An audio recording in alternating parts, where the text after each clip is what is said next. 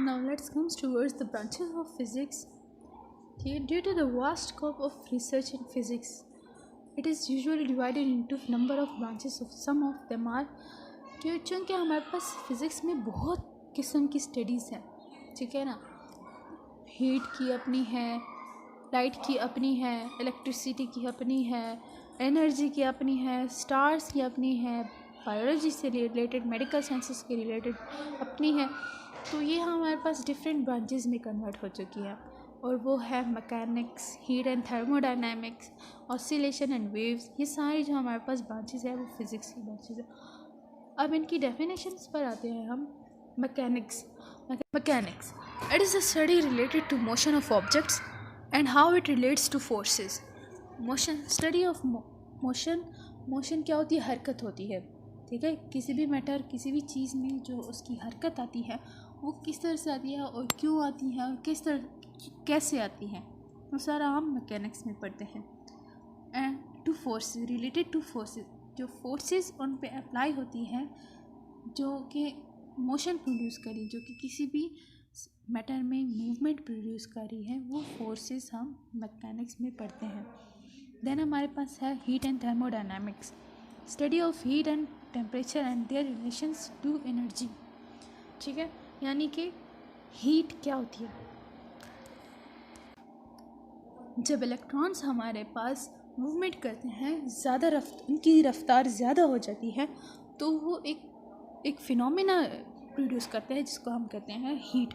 Electrons यानी atoms में जो हमारे पास इलेक्ट्रॉन्स होते हैं वो उसकी वजह से एटम्स मूव करते हैं, उनके जो मॉलिक्यूल्स होते हैं वो मूव्स करते हैं मैटर के, तो वो क्या करता है? वो हीट प्रोड्यूस करता है। And temperature and their relation to energy, thermodynamics यानी कि स्टडी ऑफ हीट, ठीक है। यानी कि थर्मोडायनामिक्स यानी कि हीट किस तरह से एक जगह से दूसरी जगह पास होती है, और उनका रिलेशनशिप एनर्जी के साथ। एनर्जी हम हर एक ब्रांच में पढ़ते हैं, क्योंकि एनर्जी के बगैर कोई भी फोर्स नहीं अप्लाई की जा सकती। तो ये सारा कुछ हीट के रिलेटेड जितना भी है हम हीट एंड थर्मोडायनामिक्स में पढ़ते हैं। Oscillations and waves, the to and fro motion of an object is known as oscillations. Oscillations क्या होती है? जब कोई भी ऑब्जेक्ट यानी कि लेट्स सपोज मैं एक बॉल ले लूँ और उसको मैं ज़मीन पर ही टिपकाऊँ, तो वो यूं करके टिपकेगा। उसकी ये जो हरकत है उसको हम कहते हैं ऑसिलेशन या फिर वाइब्रेशन। कोई भी चीज़ जब वाइब्रेट करती है, यानी मोबाइल जब आपका रिंगिंग करता है, उससे जो वाइब्रेशन होती है वो हम स्टडी करते हैं ऑसिलेशंस में। एंड वेव्स लहरें होती हैं। मैंने आपको बताया कि वेव्स किस तरह से प्रोड्यूस होती है कि जब एक इलेक्ट्रॉन दूसरे इलेक्ट्रॉन को आगे पीछे धक्का देता है, पीछे से धक्का देता है, तो वो आगे बढ़ता है। वो जब आगे बढ़ता है यूँ करके, तो वो वेव्स प्रोड्यूस करता है। दैन ऑसिलेशंस के बारे में आपको मैं एक और बता दूँ कि जिस तरह से हमारे पास टू एंड फ्रो यानी कि पेंडुलम है, या फिर कोई भी चीज़ ले ले पेंडुलम, या फिर कोई भी किसी बॉल को मैं तार से वो करके और उसको यूँ छोड़ दूँ। लेट्स सपोज ये मेरे पास बॉल है, ये जो बॉल को मैं धक्का दूँगी यहाँ से, तो वो जो है तो मोशन करेगा, यूँ करके जाएगा, देन यूँ करके जाएगा, वो दोबारा यूँ करके जाएगा और देन वापस यूँ आएगा। तो उसकी ये जो हरकत होगी उसको हम कहते हैं ऑसिलेशंस, ठीक है। Optics, study of light and instrument created to use और डिटेक्ट इट। ऑप्टिक्स क्या है? ऑप्टिक्स जो सारा कुछ हमारे पास है वो है लाइट। ऑप्टिक्स कहते हैं लाइट को। तो study of light is known as optics. और जो इंस्ट्रूमेंट्स यूज़ हुए हैं लाइट को प्रोड्यूस करने के लिए, लाइट को डिटेक्ट करने के लिए, उसकी सारी कुछ स्टडी हम ऑप्टिक्स में करते हैं। देन हमारे पास है इलेक्ट्रिसिटी एंड मैग्नेटिज्म। ये क्या है? The study of static as well as moving charges associated with physical phenomena. Static as well as moving charges, static क्या होती है और मूविंग चार्जेस क्या होती है। स्टैटिक क्या चार्जेस तब भी होती है जब वो स्टैटिक पर हो। स्टैटिक का मतलब है रेस्ट पे होना, ठीक है, यानी कि मतलब कोई हरकत होना लेकिन कोई हरकत ना होना। जब चार्जेस हमारे पास हर एक मैटर में उसका चार्ज होता है, बस फ़र्क ये होता है कि उसमें एनर्जी होती है तो वो है तो मूव करने लग जाता है। ठीक, study of static as well as moving charges. Charges क्या होती है, इलेक्ट्रॉन्स पर जब जोश आता है उसमें एनर्जी आती है तो उनमें एक चार्ज प्रोड्यूस होता है, ठीक है, तो उनको हम कहते हैं चार्जेस। और जब वो मूविंग करती है उसकी मूवमेंट को हम इलेक्ट्रिसिटी एंड मैग्नेटिज्म में पढ़ते हैं। वो रेस्ट स्टैटिक पर कैसे होती है, चार्जेस हर एक बॉडी में प्रोड्यूस होती है। वो नेचुरली एक फिनोमेना है, वो हर जगह पे होती है। आप अगर अपने हाथों को रब करेंगे तो वो हीट प्रोड्यूस करेंगी, यानी कि उसमें चार्जेस थे तो उन्होंने हीट प्रोड्यूस किया। एसोसिएटेड फिजिकल फिनोमेना, जो फिजिकल फिनोमेना होगी उनके ऑब्वियसली हर एक फिजिकल बॉडी में हमारे पास मैटर होते हैं। मैटर में क्या होते हैं, इलेक्ट्रॉन्स होते हैं, तो इलेक्ट्रॉन्स पर एक चार्ज होता है। जैसे कि मैंने बताया कि इलेक्ट्रॉन्स हमारे पास नेगेटिव चार्ज होते हैं, जो न्यूक्लियस के अंदर प्रोटॉन होते हैं वो पॉजिटिव चार्ज होते हैं और न्यूट्रॉन जो होते हैं वो न्यूट्रल होते हैं। तो ओवरऑल जो हमारे पास एटम पे चार्ज होता है वो हम बताते हैं इलेक्ट्रॉन्स को देखकर। इलेक्ट्रॉन्स पे कौन सा चार्ज होगा तो वो हमारे पास इलेक्ट्रॉन्स कितने हैं या फिर उन्होंने गेन किया है या फिर लॉस किया है, तो उसके मुताबिक हम एटम का चार्ज देखते हैं कि एटम पर कौन सा चार्ज है। देन हमारे पास आता है atomic and nuclear physics, the study of structure and properties of individual atoms and nuclear of an atom. Atom क्या चीज़ है, किसी भी मैटर के अंदर एक एटम होता है, उसका जो बिल्डिंग ब्लॉक होता है ना, जैसे कि बिल्डिंग होती है ना, उसका जो बिल्डिंग ब्लॉक होता है वो होता है ईंट होती है। इसी तरह मैटर का जो बिल्डिंग ब्लॉक होता है वो एटम होता है, ठीक है। तो एटम का बिहेवियर क्या होता है, उसके इंडिविजुअल यानी अकेले एटम का क्या बिहेवियर होता है, और जब वो दूसरे एटम के साथ बॉन्डिंग करता है, यानी कि जैसे पानी में कितने एलिमेंट्स हैं, हाइड्रोजन होता है और ऑक्सीजन होता है, 2 हाइड्रोजन होते हैं और 1 ऑक्सीजन होता है, ठीक है। तो हाइड्रोजन का अपना एटम होता है, ऑक्सीजन का अपना एटम होता है। तो अकेले ऑक्सीजन का क्या काम होता है और जब कंबाइन करके वो हमारे पास हाइड्रोजन के साथ कंबाइन हो जाता है तो वो हमारे पास वाटर बनाता है। जिस तरह से हम ब्रीथिंग करते हैं ऑक्सीजन की, वो हमारे पास O2 होता है, जस्ट O2। लेकिन अगर हमारे पास अकेले ऑक्सीजन हमारे पास 2 हाइड्रोजन के साथ अटैच हो जाए उसके साथ, तो वो पानी बन जाता है। उसके न्यूक्लियर में क्या हो रहा है, उसके अंदर होता क्या है, एटम से क्या क्या बनता है, एटम में कौन सी एनर्जी पाई जाती है। Then relativity, moving object. Relativity कौन सी स्टडी है, कौन सा ब्रांच है ये। Moving objects including very high speed and gravitation, ठीक है, यानी कि वो मूविंग ऑब्जेक्ट्स जिसमें वेरी हाई स्पीड, ये बहुत ज़्यादा हाई स्पीड होती है, जैसे कि सितारों में कितनी स्पीड से वो एक जगह से दूसरी जगह जाते हैं। और एंड ग्रेविटेशन क्या होती है, रिलेटिविटी असल में वो चीज़ें होती हैं जिनका हमारे पास अभी तक कोई ख़ास फोर्सेस उनकी अभी तक हमारे पास डिस्क्राइब नहीं हो चुकी। रिलेटिव चीज़ें जो हमारे पास होती हैं सच एज हमारे पास ग्रेविटेशनल फोर्सेस, स्पीड जो हमारे पास सितारों की जो हमारे पास स्पीड है वो अभी तक हमें पता नहीं चली। तो ये सारे कुछ हमारे पास वो ऑब्जेक्ट्स, वो मैटर्स, वो बॉडीज़ जिनकी बहुत हाई स्पीड होती है और वो हम ज़्यादा से ज़्यादा वो हम नहीं बता सकते क्योंकि उनकी इतनी हाई स्पीड होती है कि वो हम फाइंड नहीं कर सकते। और ग्रेविटी क्या होती है, जो ग्रेविटी वो फोर्स है जो कि हर एक चीज़ को अट्रैक्ट कर रही है। अब ये किस तरह की फोर्स है, ये कहाँ से प्रोड्यूस हुई है, इसमें एनर्जी कौन सी है, ये सारा कुछ हम रिलेटिविटी में पढ़ते हैं। देन हमारे पास आता है क्वांटम फिजिक्स। क्वांटम क्या है, हर एक बॉडी को चलने के लिए, फंक्शन करने के लिए एनर्जी की ज़रूरत होती है, उसको मोशन करने के लिए, उसको हरकत करने के लिए, मूवमेंट करने के लिए एनर्जी की ज़रूरत होती है। ये एनर्जी हम क्वांटम में पढ़ते हैं। Study of discrete indivisible unit of energy is called quanta. ठीक है, यानी कि जितनी भी स्टडी ऑफ एनर्जी है, कहाँ से प्रोड्यूस्ड हुई है, किस तरह से यूज़ हो रही है, कहाँ पे यूज़ हो रही है, इसकी प्रोडक्शन किस तरह से है, ये सारा कुछ हम quantum physics. Particle physics, the nature of particles are constitute matter and radiation. वो पार्टिकल्स, वो एटम्स, पार्टिकल्स और एटम्स में फ़र्क क्या है?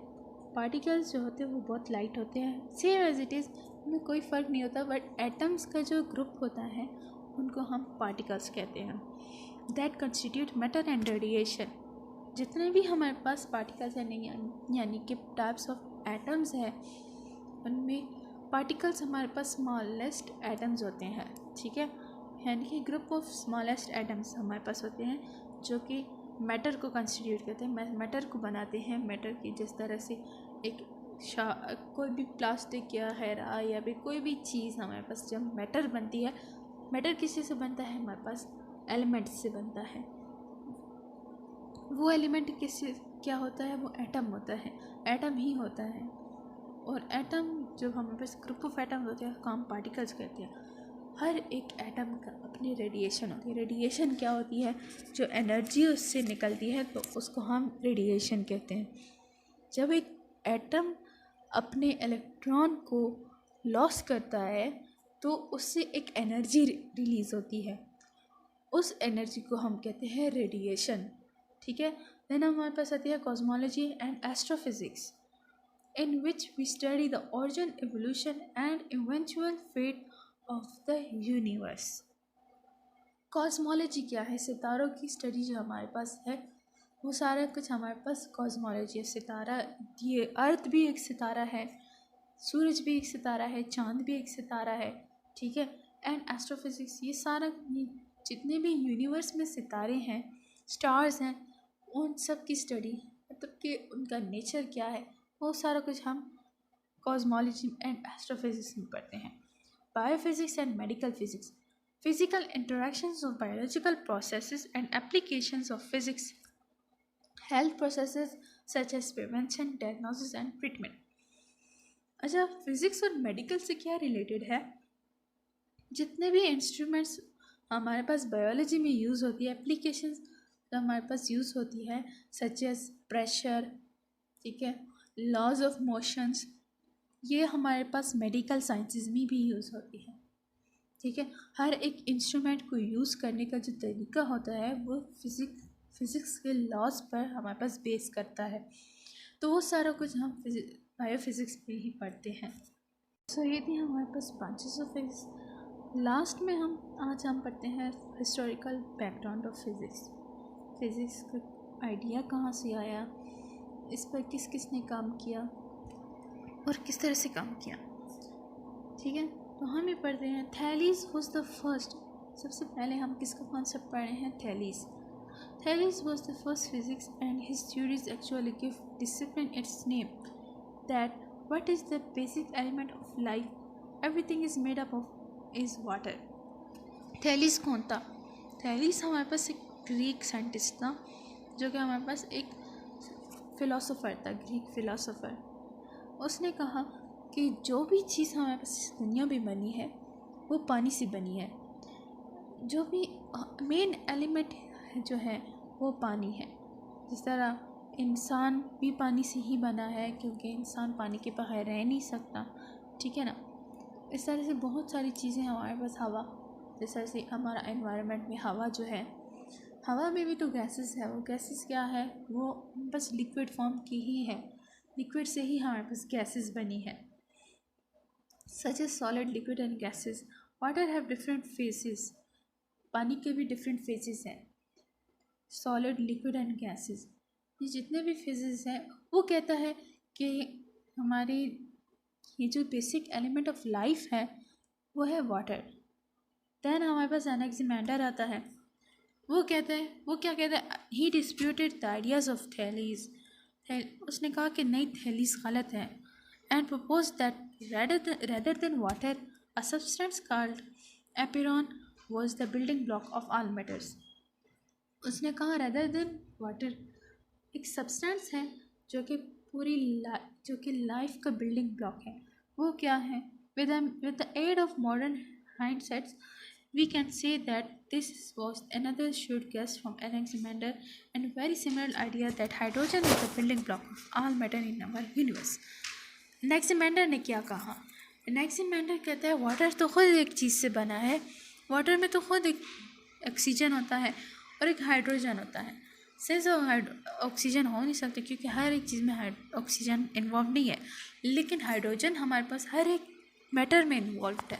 उसने कहा कि एपिरॉन यानी कि हाइड्रोजन जो हमारे पास एलिमेंट है वो हमारे पास basic building block of life है। एनाक्सिमेंडर ने ये कहा। फिर हमारे पास आता है एरिस्टोटल। एरिस्टोटल कौन था? ये भी ग्रीक फिलोसोफर ही था जिसने कहा कि Aristotle is regarded as a father of science. Aristotle कौन है? हमारे पास साइंस का फादर है। उसने क्या कहा कि and certainly contributed to the history of science. इसने साइंस में बहुत ज़्यादा काम किया है, इसने बहुत सारे फिलोसफीज़ इन्वेंट की है, उसने बहुत सारे आइडियाज़ दिए हैं, बहुत सारे लॉज एंड रूल्स उसने निकाले हैं। With his methodology and empiricism he actually hindered the progress of physics for many millennia. यानी कि उसने फिज़िक्स की काफ़ी काम किया है, उसमें लॉ ऑफ नेचर के जो लॉज हैं उसको डिस्क्राइब किया है। यानी साइंस में उसने जितने भी काम हैं वो फादर ऑफ साइंस कहलाया जाता है। Aristotle firmly believed that all matter was made up of some combination of 5 elements. उसने भी यही कहा कि नहीं, हाइड्रोजन भी हर एक चीज़ में नहीं होता, सम चीज़ों में होता है, मतलब कि कुछ चीज़ों में हाइड्रोजन होता है। तो उसने कहा कि जो हमारे पास बिल्डिंग ब्लॉक ऑफ लाइफ है वो है अर्थ यानी मिट्टी, एयर हवा, फायर जो हमारे पास आग है, और पानी। मिट्टी, हवा, आग और पानी, ये 4 चीज़ें जो हमारे पास है उनसे हमारे पास ज़िंदगी बनी है। तो एरिस्टोटल की ये आइडिया जो हमारे पास था वो उसने एक अलग मेथडोलॉजी डिस्क्राइब की है कि भाई फ़िज़िक्स हमारे पास फ़िज़िक्स नहीं बल्कि लाइफ की जो ओरिजिनेशन है वो हमारे पास यहाँ से आती है। उसके अलावा हमारे पास जो फ़िज़िक्स का वर्ड है वो निकला ही है, ये जो फेजेस हमारे पास डिफरेंट आती है। मैंने आपको पहले ही कहा कि physics is derived from Greek word which is physis, ठीक है, इसका मतलब है नेचर। और उन्होंने ही ये थैलीस ने इसका नाम दिया था फ़िज़िक्स, जिसका मतलब था नेचर। क्योंकि उसने कहा कि पानी के डिफरेंट फेजेस होती हैं, सॉलिड, लिक्विड एंड गैसेस। तो उसने कहा कि हाँ भाई ये हमारे पास फ़िज़िक्स हमारे पास नेचर है, नेचर की जो हमारे पास फेजेस आती हैं उसमें चेंज आता है, वो सारा का सारा हमारे पास फ़िज़िक्स में ही आता है। सो ये जो फ़िज़िक्स का नाम है फूजिस, जिसका मतलब है that department of knowledge which is related to nature. तो फ़िज़िक्स भी फूजिस भी हमारे पास थैलीस ने इसका नाम रखा।